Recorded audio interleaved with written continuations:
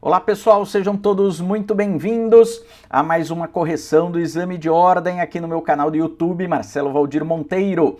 Hoje nós vamos corrigir o exame número 42, que foi aplicado no dia 1º de dezembro de 2024 e vamos tratar da prova de processo penal. Vamos verificar então como é que foram as 6 questões de direito processual penal deste exame número 42. Para isso, eu convido mais uma vez vocês a seguirem o meu canal do YouTube, bem como o Instagram, @MarceloValdir e o @MissãoAprovaOAB.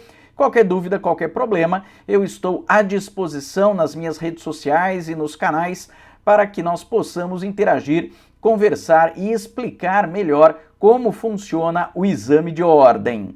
Então, vamos lá às questões da prova deste exame número 42. A primeira questão diz o seguinte: Antônio e Rogério praticaram em comunhão de ações e desígnios um ilícito penal e ambos foram condenados. Antônio e o Ministério Público interpuseram tempestivamente recursos, ao passo que Rogério perdeu o prazo do recurso, porém constatou que havia prescrição da pretensão punitiva na modalidade retroativa, o que foi sustentado por sua defesa em contrarrazões recursais. Neste caso, considerando os efeitos dos recursos, assinale a alternativa correta. Então, o examinador traz aqui uma questão versando sobre os efeitos dos recursos, mais especificamente recurso de apelação. E aí, quais são mesmo os efeitos recursais que existem? Vamos relembrar antes de ver as opções trazidas pelo examinador? Então, nós temos os efeitos dos recursos, efeito devolutivo. Lembrando que todo recurso tem efeito devolutivo, porque devolve ao tribunal a possibilidade de julgar novamente a matéria. Efeito suspensivo. Alguns recursos têm ou não efeito suspensivo. Normalmente, o recurso da defesa tem efeito suspensivo. Efeito regressivo, também chamado de iterativo ou diferido, é aquele em que, quando o juiz tem a possibilidade de reanalisar a matéria antes de subir para a instância superior. O próprio juiz ele vai analisar se é ou não possível rever a matéria, por isso chamado de efeito regressivo, porque volta para o juiz onde ele tem a possibilidade de reanalisar novamente a matéria antes da instância superior analisar o recurso. Efeito extensivo, ele ocorre quando uma das partes não recorreu, a outra parte recorreu e a outra parte é beneficiada, por exemplo, com um julgamento dizendo que o fato não existiu. Imaginem que você tem o Antônio e o Benedito. Antônio recorre dizendo, olha, eu e o Benedito fomos condenados por um crime que não existiu. O Benedito não recorreu, só o Antônio. E o tribunal reconhece que realmente, no caso, não existiu o crime. O Benedito, que não recorreu, mas foi condenado, será beneficiado com isto? Claro que sim. E o efeito traslativo?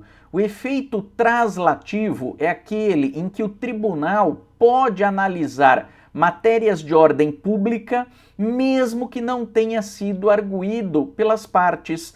Por exemplo, incompetência absoluta, prescrição, decadência ou falta de condições da ação. Quando a parte recorre, mesmo que ela não tenha alegado uma determinada matéria, como, por exemplo, prescrição, o tribunal pode, de ofício, reconhecer a prescrição. A isto a doutrina chama de efeito traslativo. Muito bem, relembrado então os efeitos devolutivo, suspensivo, regressivo, extensivo e traslativo, vamos agora para as opções trazidas pelo examinador, neste caso do Antônio e do Rogério.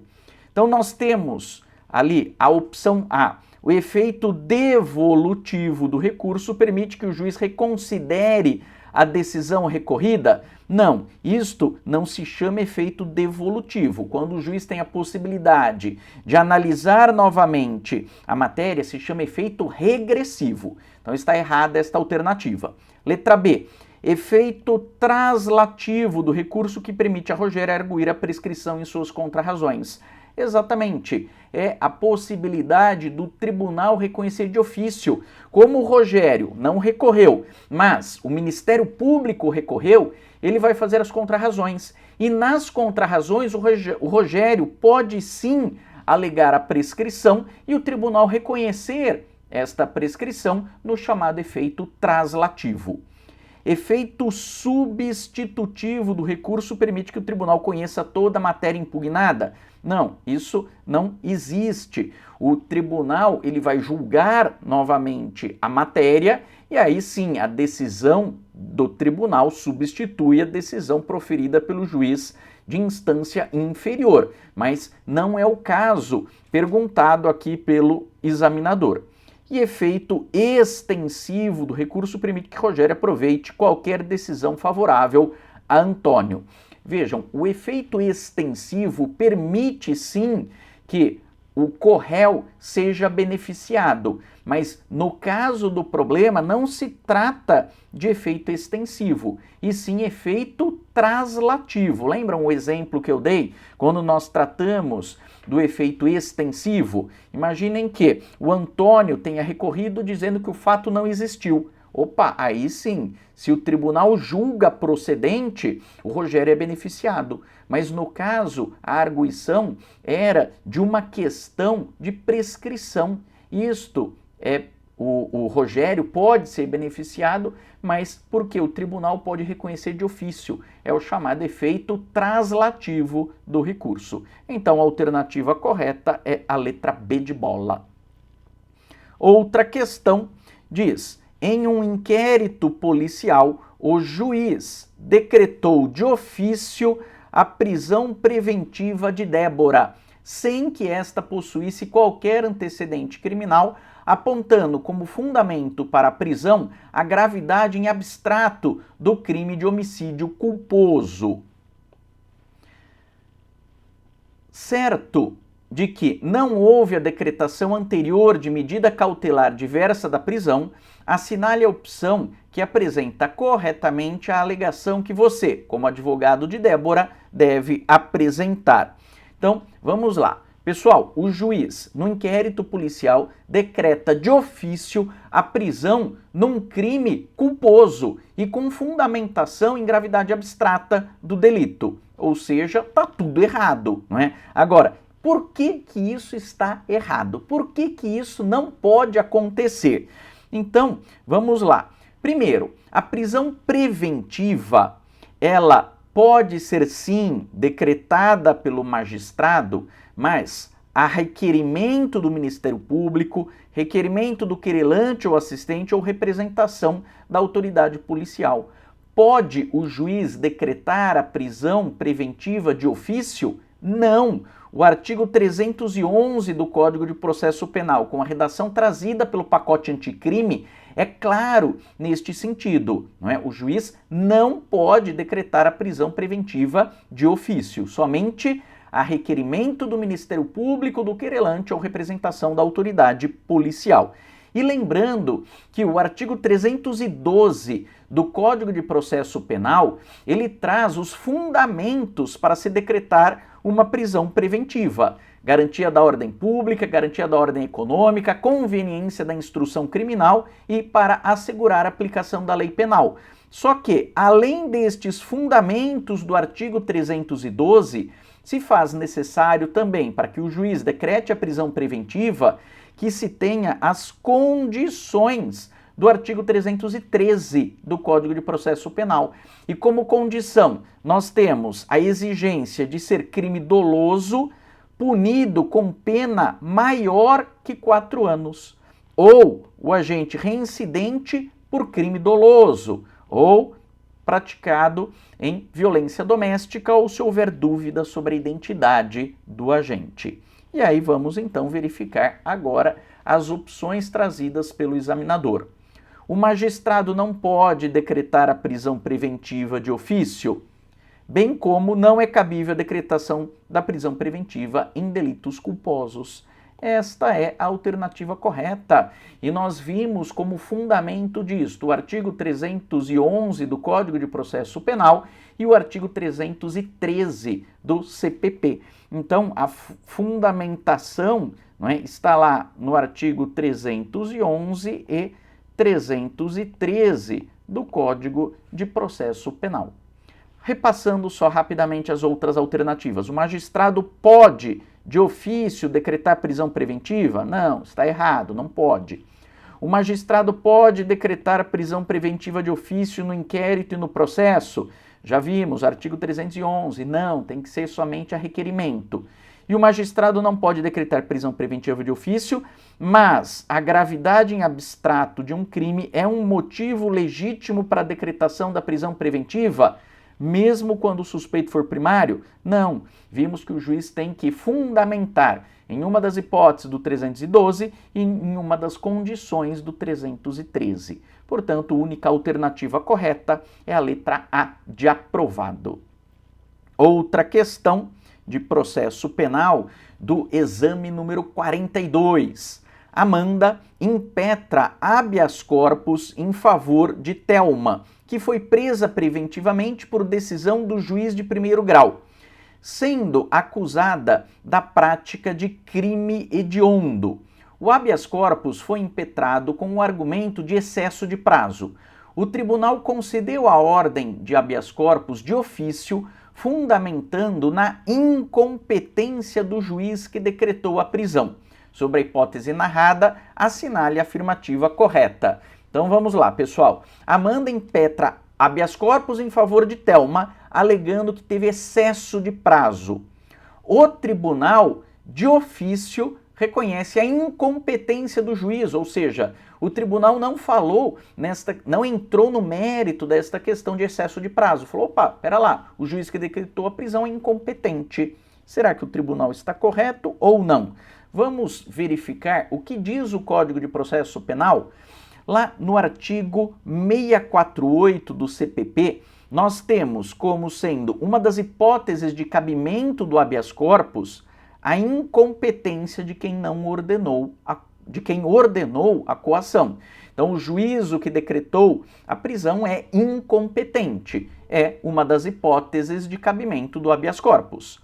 Já o artigo 654, parágrafo 2º do Código de Processo Penal, diz expressamente que os juízes e os tribunais têm competência para expedir de ofício ordem de habeas corpus quando, no curso do processo, verificarem que alguém sofre ou está na iminência de sofrer coação ilegal. Portanto, nós temos aí a atitude adotada, a decisão do tribunal de forma correta. E com fundamento no artigo 654, parágrafo 2º do Código de Processo Penal e também no 648 do Código de Processo Penal. Agora vamos ver as alternativas. O tribunal equivocou-se, uma vez que a incompetência do julgador não é fundamento para concessão de habeas corpus. Vimos que é sim, está lá no 648, expressamente a possibilidade de se alegar incompetência. O tribunal agiu de modo correto, uma vez que é possível a concessão de habeas corpus de ofício sempre que houver constrangimento ilegal. É o que nós vimos no artigo 654, parágrafo 2º do nosso Código de Processo Penal.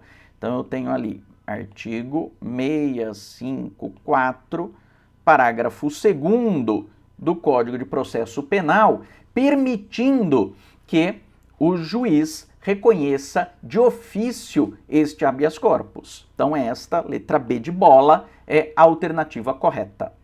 Letra C. O tribunal agiu de modo correto, pois a incompetência do juiz é o único fundamento que admite a concessão da ordem de habeas corpus de ofício.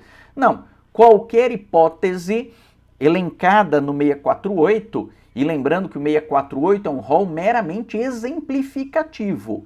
Pode ensejar a ordem de habeas corpus. Então, não é a incompetência do juízo o único fundamento. Então, está errada esta alternativa. Letra D. O tribunal equivocou-se, pois fica vinculado aos argumentos apontados pelo impetrante do habeas corpus, sendo inadmissível a concessão de habeas corpus de ofício. Já vimos que no 654, parágrafo 2º, é sim permitida a concessão do habeas corpus de ofício. Então também está equivocada esta alternativa. A única alternativa correta é a letra B de bola. Terceira questão de processo penal do exame 42 diz: Daniel foi denunciado pela prática do crime de instigação ao suicídio. Opa! Lembrando, pessoal, instigação ao suicídio, crime de competência do tribunal do júri. Após a fase de instrução, o juiz pronunciou o réu, afirmando ser Daniel totalmente culpado da prática do crime e de qualquer jurado teria obrigação moral de reconhecer aprovada a materialidade e a autoria. Nessa hipótese, de acordo com o nosso ordenamento jurídico, você vê, como advogado de Daniel, afirma que a decisão de pronúncia é... Pessoal, lembrem-se que no tribunal do júri nós temos um rito escalonado. Primeira fase é aquela chamada de juízo de admissibilidade, onde o juiz vai verificar se existem indícios suficientes de autoria e materialidade do delito para mandar o réu a julgamento perante o tribunal do júri.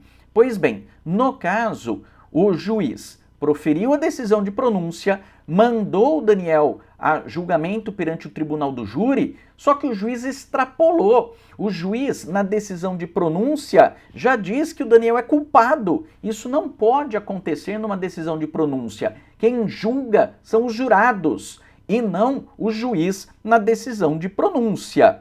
Isto, nós temos a redação do artigo 413 do Código de Processo Penal, quando trata da decisão de pronúncia. Vejam que o artigo 413, ao tratar da decisão de pronúncia, só fala que o juiz tem que estar convencido da materialidade e de indício suficiente de autoria. E aí vem o parágrafo 1º e reforça: a fundamentação da pronúncia limitar-se-á a indicação da materialidade do fato e da existência de indícios suficientes de autoria ou participação. Ou seja, o juiz, ao pronunciar o réu, ele não está atribuindo culpa para o réu. Isto, quem vai julgar são os jurados. Por isso a decisão de pronúncia é uma decisão que o juiz precisa ter muita cautela, muito cuidado ao proferir para não extrapolar a sua atribuição. E aí vamos lá para as opções. A decisão de pronúncia é ilegal, uma vez que houve excesso de linguagem. Exatamente, o juiz ultrapassou os limites do artigo 413, parágrafo 1º do Código de Processo Penal. Então esta é a alternativa correta com fundamento no 413, parágrafo 1º do CPP. Legal porque observa o livre convencimento motivado do julgador? Não, está errada, uma vez que o juiz, na decisão de pronúncia, tem limites. E legal, uma vez que a pronúncia deveria ter sido decidida pelo tribunal do júri? Não, lembra que eu falei que o tribunal do júri é um rito escalonado? Primeira fase é o juiz, quem pronuncia, impronuncia, desclassifica ou absolve sumariamente. Se pronunciar, dará início à segunda fase do tribunal do júri, e aí sim são os jurados que vão julgar no plenário do tribunal do júri. Legal porque a restrição legal de excesso de linguagem aplica-se apenas para o crime de homicídio? Não, gente, todo e qualquer crime de competência do tribunal do júri, você tem, para ter o plenário do júri, a decisão de pronúncia. Então, nos crimes de homicídio, infanticídio, participação em suicídio, aborto e o feminicídio, são estes 5 crimes que exigem a decisão de pronúncia para que possa ter o plenário do júri. Então, houve excesso de linguagem e pode ter excesso de linguagem em qualquer dos crimes de competência do júri, que vai levar à nulidade da decisão de pronúncia. Portanto, a alternativa correta é a letra A, de aprovado. Outra questão de processo penal. Policiais ingressam no imóvel pertencente a Paulo às 4 horas da manhã, em regular perseguição iniciada logo após a prática de um homicídio, a fim de prender Júnior, filho de Paulo, em flagrante delito. Ao ingressar no imóvel, os policiais capturam Júnior e, em busca pessoal, localizaram o telefone celular do custodiado no bolso da calça. Além de prender Júnior em flagrante, a autoridade policial determinou o encaminhamento do telefone apreendido à perícia, a fim de analisar o conteúdo. O laudo pericial indicou que nele havia conversas que confirmavam a participação de Júnior em associação criminosa.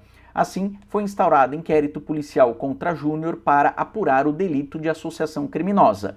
Nesse caso, assinale a opção que indica corretamente a alegação que você, como advogado de Júnior, deve prestar. E aí, vamos lá então para as opções. Nós temos uma prisão em flagrante e nós temos uma apreensão de telefone celular. Pois bem, vamos lá para as opções. A prisão em flagrante foi válida, porém, esta não autoriza a apreensão de aparelho telefônico do flagranciado, o qual somente poderá ser apreendido após ordem judicial. Vejam, a polícia prende alguém em flagrante. Você não vai fazer uma busca pessoal e apreender o que tiver com ele? Seja telefone celular, seja arma. A polícia não pode apreender? Claro que pode, não é? Então, esta alternativa está equivocada. O ingresso em domicílio para prisão em flagrante não pode ocorrer no período noturno, havendo nulidade de todos os atos subsequentes. Vejam, nós temos na Constituição Federal que a casa é asilo inviolável do indivíduo. Só que a própria Constituição Federal traz as exceções. Uma das exceções é por ordem judicial durante o dia, e a outra exceção, uma das outras exceções, não é? É no caso de flagrante. No caso de flagrante, pode ocorrer a prisão em qualquer horário, de manhã, de tarde, de noite ou de madrugada, não tem problema. Então está errada esta alternativa. A apreensão e análise de dados do telefone do réu dependem de expedição de mandado de busca, havendo nulidade de todos os atos subsequentes ao ingresso dos policiais no domicílio de Paulo, invalidando inclusive a prisão em flagrante. A prisão foi correta, gente, não houve nulidade na prisão. Então está errada esta alternativa. Letra D, a prisão em flagrante foi válida, entretanto, a autoridade policial não poderia determinar a apreensão e análise de dados do telefone apreendido, havendo nulidade da prova colhida a partir da perícia do aparelho e de todos os atos subsequentes. Pessoal, olha a pegadinha do examinador de ordem aqui. Cuidado com isso. Prisão foi correta? Prisão foi correta. A apreensão do telefone celular foi correta? A apreensão foi correta. Agora, quem que pode determinar que se faça a perícia no aparelho celular? Não é o delegado, é o juiz, por causa da previsão constitucional do sigilo telefônico. Então, vamos relembrar algumas regrinhas, tanto do Código de Processo Penal quanto da Constituição. O artigo 302 do Código de Processo Penal prevê a hipótese de flagrante de quem é perseguido logo após a prática do delito. Então, o flagrante está correto. O artigo 5º da Constituição traz que a casa é asilo inviolável do indivíduo. Muito bem. Então, ninguém pode entrar salvo em flagrante delito. Opa, então a polícia agiu de forma correta. Só que aí nós temos o inciso 12 da Constituição dizendo: é inviolável o sigilo da correspondência e das comunicações telegráficas de dados e das comunicações telefônicas, salvo no último caso por ordem judicial. Então é o juiz quem determina a quebra do sigilo do aparelho telefônico e não o delegado de polícia.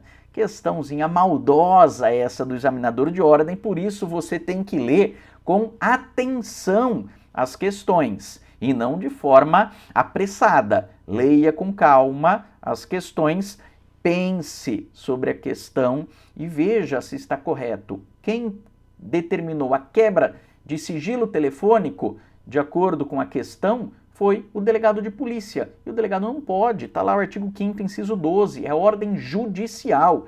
É o juiz que determina a quebra desse sigilo. A apreensão está correta, mas não a quebra do sigilo. E aí, o inciso 61 do artigo 5º diz que ninguém será preso senão em flagrante delito ou por ordem escrita da autoridade judiciária competente. Então, nós temos aí como alternativa correta a letra D de dado. Outra questão de processo penal, a nossa última questão de processo penal do exame número 42. Anderson, motorista da sociedade empresária X, dirigindo o veículo da sociedade empresária fora do horário comercial e acima da velocidade permitida, atropelou Lucas. Então, Anderson atropela Lucas. Lucas ficou internado pelo período de 2 meses. Anderson foi condenado com trânsito em julgado no âmbito criminal. Lucas propõe ação civil ex delicto de execução contra a sociedade empresária X. Sobre essa ação civil ex delicto, você, na qualidade de advogado da sociedade empresária X, afirma corretamente que ela é parte. Então vejam, houve um atropelamento e o réu foi condenado criminalmente. Só que o réu estava usando o carro da empresa. O réu estava usando o carro da empresa, mas fora do horário comercial. Então, vamos lá verificar o que o examinador quer saber. Legítima uma vez que é responsável civil. A empresa tem responsabilidade neste caso? Legítimo para figurar como ré, ainda que Anderson fosse absolvido criminalmente.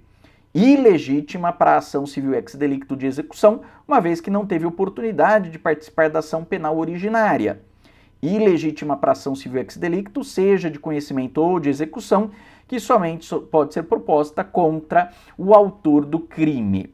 Pessoal, vamos relembrar algumas regrinhas da ação civil ex delicto? O artigo 63 do Código de Processo Penal diz: transitada em julgada sentença condenatória, poderão promover-lhe a execução no juízo cível para efeito de reparação de dano o ofendido, seu representante legal ou seus herdeiros. Transitada em julgada sentença condenatória, a execução poderá ser efetuada pelo valor fixado nos termos do inciso 4º do caput do 387 do CPP, sem prejuízo da liquidação para apuração do dano efetivamente sofrido. E o artigo 64 do Código de Processo Penal, sem prejuízo do disposto no artigo anterior, a ação para ressarcimento de dano poderá ser proposta no juízo cível contra o autor do crime e, se for o caso, contra o responsável civil. Intentada ação penal, o juiz da ação civil poderá suspender o curso dessa até o julgamento definitivo daquela. Pessoal, aqui com um pouquinho de atenção e de bom senso você consegue resolver a questão. Como assim, professor? Gente, para que a empresa faça parte, para que a empresa possa responder pelo dano que foi causado, ela obviamente tem que ter o direito ao contraditório e ampla defesa. Ela precisa poder se manifestar sobre o caso. Inclusive, lá no Código Civil, vamos ver alguns artigos do Código Civil. O artigo 232 do Código Civil, quando trata da reparação civil, fala do empregador, fala dos que houverem participado dos produtos do crime, não foi o caso, não é? O 633, ainda que não haja culpa da sua parte, responde pelos atos praticados por terceiro. E o 935, responsabilidade civil, é independente da criminal, não se podendo questionar mais sobre a existência do fato ou sobre quem seja o autor, quando estas questões se acharem decididas no juízo criminal, ok? Só que a parte precisa ter a possibilidade de se manifestar, e não foi o caso. Ela não participou da ação criminal. Se ela não participou da ação criminal, ela como que vai responder nessa ação civil ex delicto de execução? Ela tem que ter a possibilidade de participar da ação originária. Como ela não participou, ela é parte ilegítima. Então, a alternativa correta é a letra C. Estas foram as questões do exame número 42 da prova da OAB de processo penal aplicado no dia 1º de dezembro de 2024. Vejam que, das 6 questões de processo penal, nós tivemos 2 questões sobre recursos e ações penais autônomas, mais especificamente, uma sobre efeito de recursos e uma de habeas corpus. 2 questões de prisão e princípios do processo penal, uma questão sobre tribunal do júri, envolvendo aí a decisão de pronúncia, e uma questão sobre ação civil ex delicto. Então, estas foram aí as questões resolvidas aqui para vocês do exame número 42 da prova da OAB.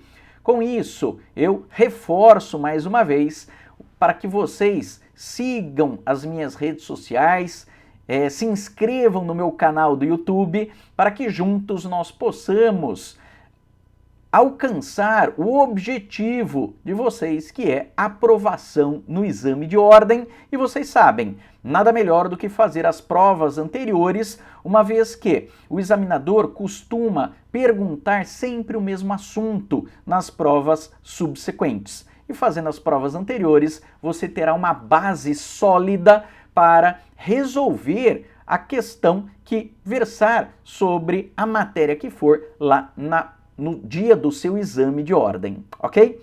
Então, sigam aí o meu canal, obrigado pela atenção de todos e até a próxima. Forte abraço, pessoal. Tchau, tchau.